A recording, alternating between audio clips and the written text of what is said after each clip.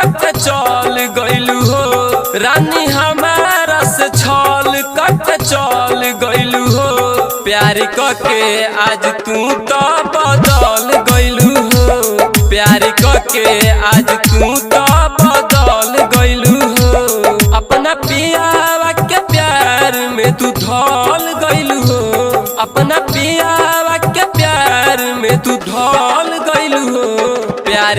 के आज तू तो बदल गइलू हो प्यार के आज तू तो बदल गइलू हो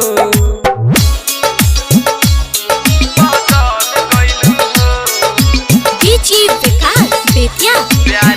के आज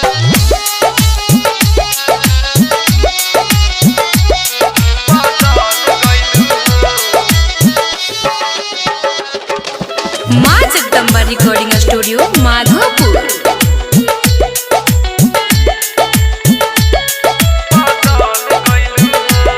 खुश रही हम जब मिले आवत रहलू हमरा नाम के सेनुरा लगावत रहलू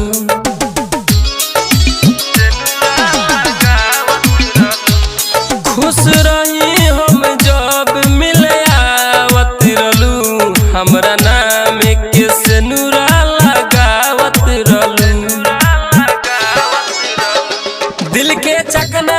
चुर के तू चल गइलू हो दिल के चकना चुर के तू चल गइलू हो प्यार के आज तू तो बदल गइलू हो प्यार के आज तू तो बदल गइलू हो बदल गइलू हो प्यार के आज तू तो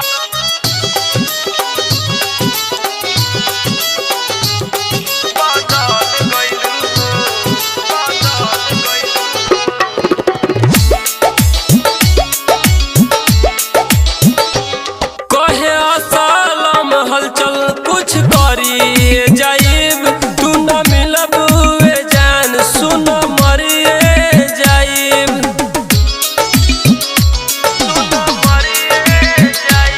कहे असलम हलचल कुछ करिए जाइब तू न मिलब वे जान सुन मरिए